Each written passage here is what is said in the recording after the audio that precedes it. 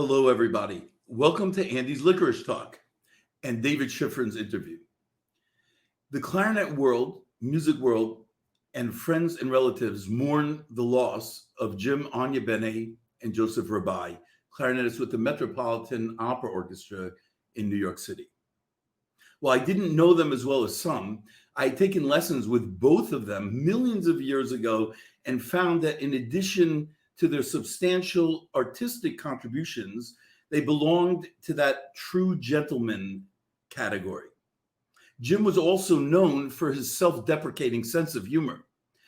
When I once asked him, with a confusing camera angle, if it was him playing principal clarinet on one of the MET Live HD broadcasts, he said, "Didn't anyone ever tell you there's a city ordinance against me playing principal clarinet?" Without further ado, we would like to present our tribute to our friends and colleagues.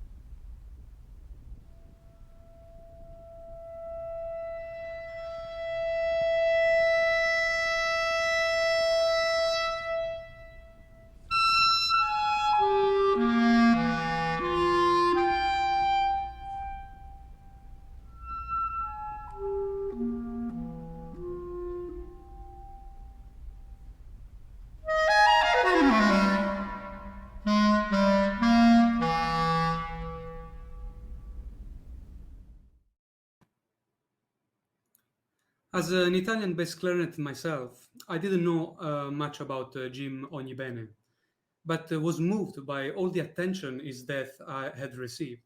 I did a little research to learn more and was delighted to find that his family background actually was from my area in Italy, in the south of Italy. I would like to share this video where he talks a little about his view on the bass clarinet. I took this documentary from 8 minutes and I reduced to 2 minutes, followed by his beautiful solo in Wagner Valkyrie. When I was approaching my teenage years, I started to discover the music. I started to hear classical music. Before I was in the high school band, there was a community youth band that I performed with that played opera overtures, that played transcriptions of classical music, and I just loved hearing that music. My father loved Benny Goodman and he loved Artie Shaw, and I was about 7 or 8 years old, and one day he came home with a metal clarinet because he loved the clarinet, and he said, "You're going to play this." And fortunately, I did like the instrument, and I went on from there. It was a lot of fun. I enjoyed playing the clarinet, but it was my father who introduced me to the instrument. When I discovered that it was possible to make this a career, whether it be from a performance standpoint or a teaching standpoint, I was pretty sure that that's what I wanted to do. So it was later on in my life that I became interested in playing the bass clarinet. I bought an instrument and I realized that I had a lot of fun doing it. I enjoyed playing it and thought it would be interesting to delve into it more deeply, perhaps take auditions and go for bass clarinet positions. And that's exactly what I did.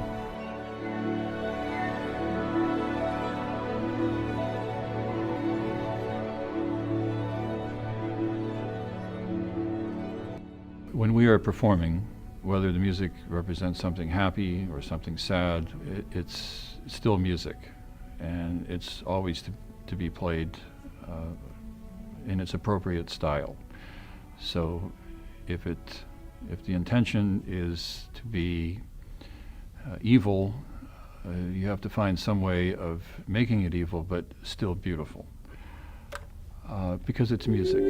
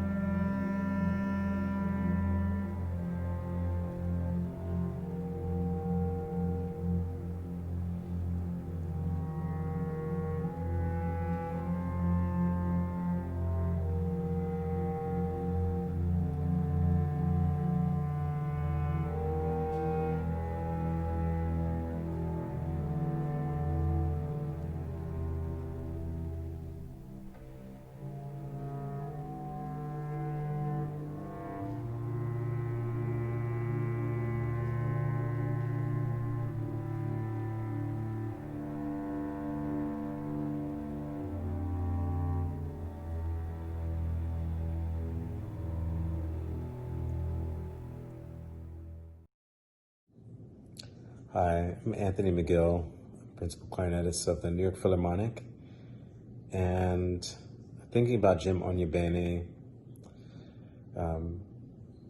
We worked together at the MET for 10 years, and he's probably one of the greatest colleagues I've ever had.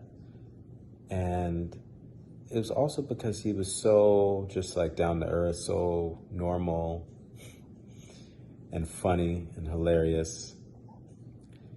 And he also was one of the greatest musicians, I've ever heard. When he would play, his sound was like a living, beautiful creature, playing these, whether it was Aida or whether it was one of the Wagner operas. His sound was bigger and greater and deeper and like you could live inside of it. You could kind of touch it. It was so thick and beautiful and clear and expressive, simple, that, he really taught people. He taught me while I was sitting there next to him or down the row from him, listening to him, and he was just a fun person to play music with. And so that's about all. And we won't forget you, Jim. And thank you for being such a great teacher, a great role model, a great human being. And I can't really believe it yet that you're not going to be around, but you're going to be around, and we'll be able to to appreciate everything that you brought this world. So thanks a lot. Hi, I'm Steve Williamson. I'm principal clarinetist of the Chicago Symphony Orchestra. And before I came to Chicago, I was principal clarinetist of the Met Opera. And I was there from 2003 to 2011.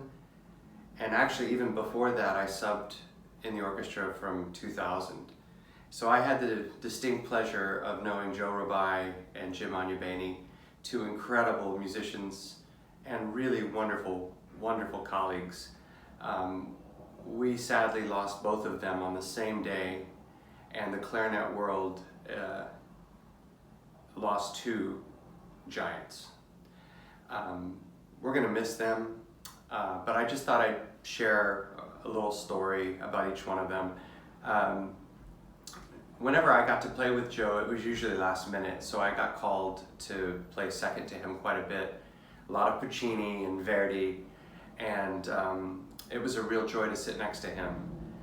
He was a wonderful clarinetist, and but I didn't really have much time to get to know him except at intermission. He would never leave the pit for whatever reason. He just liked to sit there and regroup, and that's sort of how he gained his strength for the next act. So we got to chat a lot during the intermissions, and I learned a lot from him. He's a beautiful man, generous spirit, loved jazz, and of course he loved the clarinet, and he played it so beautifully. Rest in peace, Joe. We will miss you. And lastly, I'll just give you a little bit of insight into Jim Ognibene. Jim Ognibene is truly, in my opinion, one of the greatest musicians I've ever known. And especially on the bass clarinet, I don't think I'll ever hear a greater bass clarinetist, not in my lifetime. Some of the most beautiful playing you're ever going to hear. And if you have the opportunity to go into the archives of the Met, the last 30 years, anytime you hear an incredible bass clarinet solo, that's Jim. Jim did not like the spotlight. He was so humble, and as a matter of fact, he called himself the last chair clarinetist in the orchestra, which is ironic because I think he was probably the greatest musician I ever had the privilege of sitting with. I learned a lot from him. But he could be a stand-up comedian. He was so funny. One time we were doing Valkyrie, and as soon as it was over, I guess 5.5, 6 hours later, we were in the locker room, and everybody's just, trying to recoup and get out of there and get home.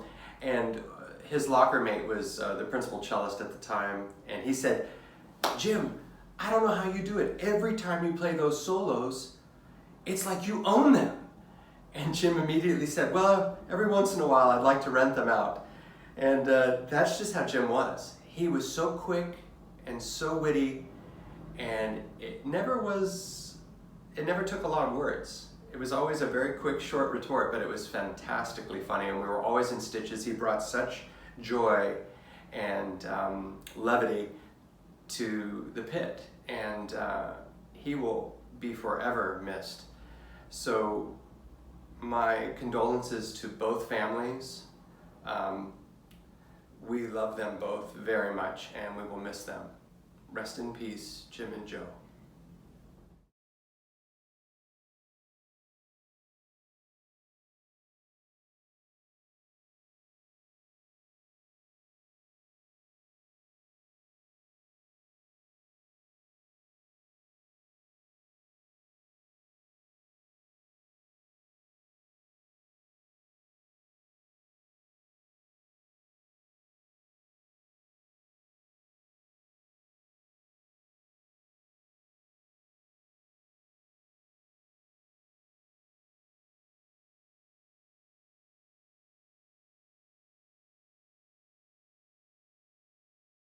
Hi everybody, my name is Jessica Phillips, and I play clarinet in the Metropolitan Opera, a position I've held for almost 19 years.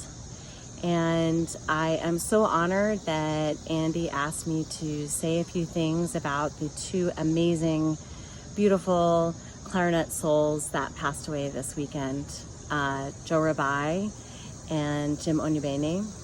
I played with both of them at the Met. When I first joined, Joe Rabbai was still principal clarinet. I played with him for maybe 2 or 3 seasons. And I can truly say that Joe was such a mentor to me. The first time I ever subbed in the Met, I sight read Lady Macbeth of Miss Sphinx, a Shostakovich opera, with Joe, sitting principal. And he was so kind and generous and got me through that whole entire opera, and that never stopped. He was so in love with opera. He was so in love with being a musician. He loved the clarinet. He always was trying new things, reeds. He tried the Wurlitzer clarinets. He was always curious and really loved music. It was in his soul. So he is such a beautiful musician and clarinet player, and played in the orchestra for many, many years. All the iconic Metropolitan Opera recordings, you're hearing him. And of course, what can I say about Jim Ognibene? We played together my entire career at the Met so far. And Jim retired last year, and of course we miss him and are deeply saddened that he passed away from cancer, a long battle with cancer. Jim is one of the funniest people I've ever known. He is so humble, deeply gracious. He never had a bad word to say about anybody. And you could look around during any of his solos, whether it was Aida or Don Carlo or Simona Boccanegra, Die Valkyrie, Götterdämmerung, any huge bass clarinet solo, and you could look around the orchestra and just see people listen and just truly enjoy his playing. And that's very, one of the highest compliments I think that the Met Orchestra could give somebody is their admiration and love. And we deeply, deeply are saddened by Jim's passing and Joe's passing. Two great clarinet icons leave us. We wish them well on their journey, and we will remember them in our ears and our hearts. Thank you. Hi, I'm Pavel Vinitsky.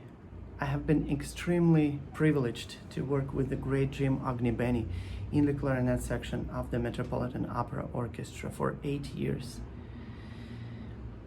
When Jim Ognibene would play a chamber music concert, he would submit a biography for the presenters that would say something like that. Jim Ognibene is considered as one of the greatest musicians of his generation, according to his mother's opinion. That's his sense of humor. But I couldn't agree more with his mother's opinion.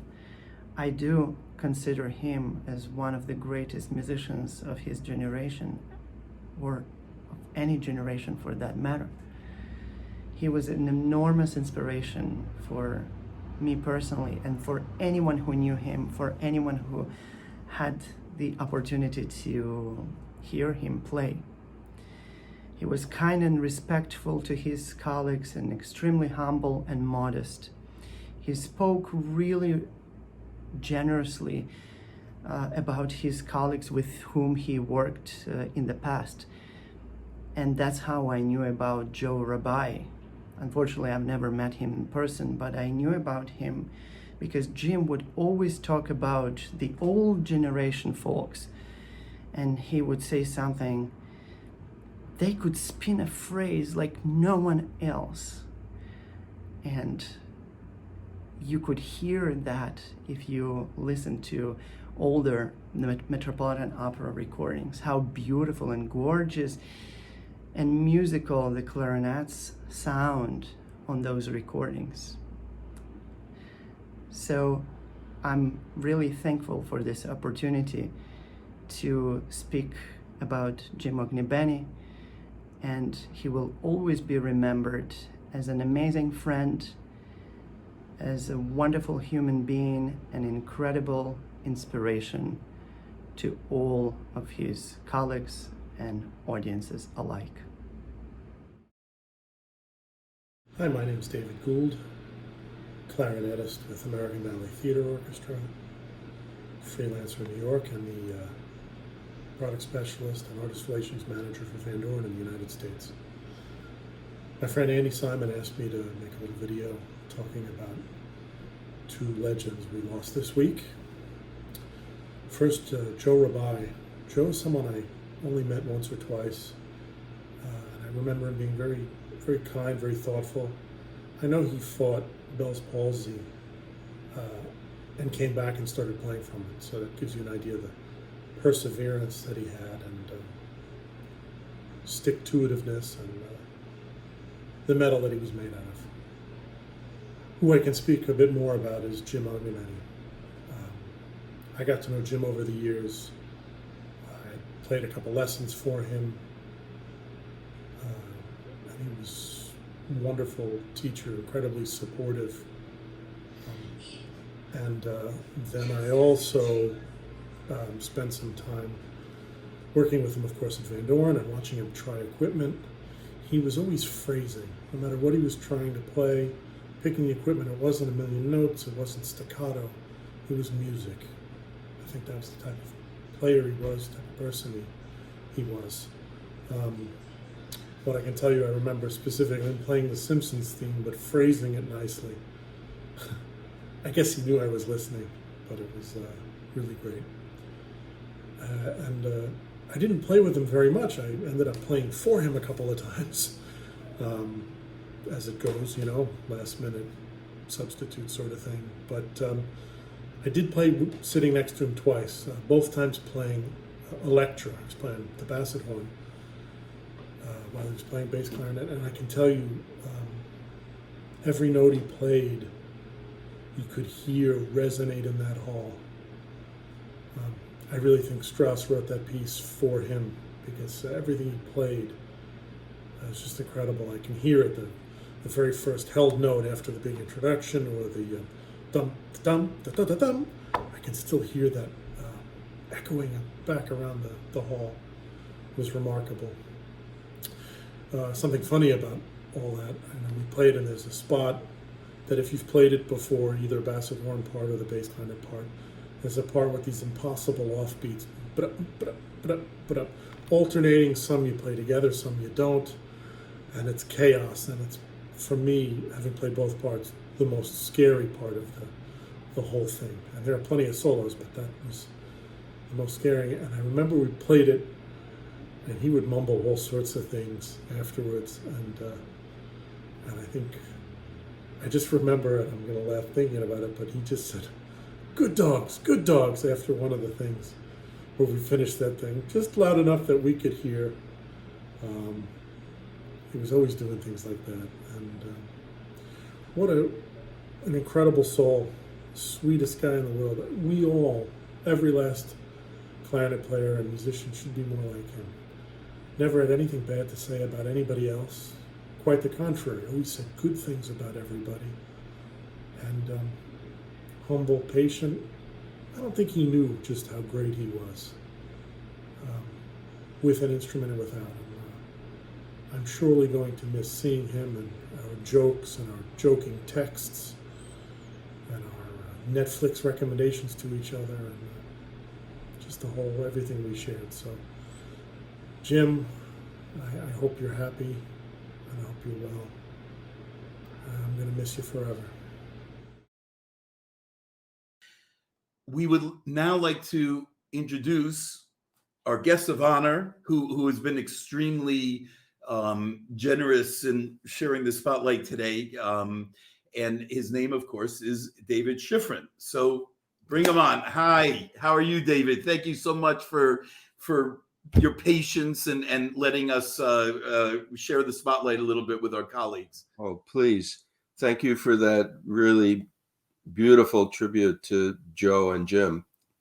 Just Well, we need, of course. I mean, I know, I understand you were actually a co-principal in the American Symphony with Joe. So, if you wouldn't mind it, adding your own thoughts. I don't know if you knew Jim as well, but and just shoot, we'd love to hear it. I only met Jim a couple of times, and of course, I heard his beautiful playing at the Met many times. And as a teacher, I've never considered myself much of a bass clarinet expert, and he was always the go-to guy for my students at Yale. Who I'd say, you really need to play the bass clarinet for somebody who knows what they're doing, and go into New York and find Jim Ognibene. Joe, he was the most wonderful partner to have for a kid like me. I was 20 and went into the American Symphony, and it was the year that Frank Cohen was there before me, and he had won the principal job in the Baltimore Symphony. And the way the American Symphony auditions worked was they had auditions at any time throughout the year. Even when there weren't openings. I think it kind of terrified some of the members of the orchestra that Stokowski would have these auditions and keep his little black book and with his notes and have somebody ready to come in at any time. But in my case, I took the audition. I was a student at Curtis, came up to New York about 6 months before I ever heard anything about it. It was just, you did it and forgot about it. But Frank went down to the Baltimore Symphony, and I got this call out of the blue that Mr. Stokowski had remembered your audition and would like to invite you to come and play. I was still a student at Curtis, and so I was commuting up from Philadelphia. And Joe had been there with Frank and was 10 years my senior. And, he was the big kid on the block, and I was wet behind the ears, as they say, and didn't really know. I had never played in a professional orchestra before. And the way that it was structured was there were 2 principal clarinets and 2 second clarinets. So you'd play half the program in one chair and the other half in the other chair. And Joe, as the senior member, couldn't have been more gracious about sharing and supporting. When he played principal, he was brilliant, and I learned so much from that. And when I played principal, he couldn't have been more supportive and constructive and encouraging. And I attribute that whole experience to an amazingly positive trajectory that I didn't always experience throughout my career, but I got a great start because of working with somebody like Joe, who was so warm and inspiring. And I would see Joe from time to time over the years because I worked at Lincoln Center. I still go there to play, but for a dozen years I was there every day, and I used to park my car right next to the Met Opera stage door. So I would see Joe coming and going lots of times, and he was always just the warmest, most wonderful, calming presence. And I hadn't seen him now in quite a few years, but I was just thinking about him the other day and wondering how he's doing. It's quite a while since he retired. I haven't seen him since we would run into each other at Lincoln Center. So I'm sad that he's gone. I won't have that opportunity again.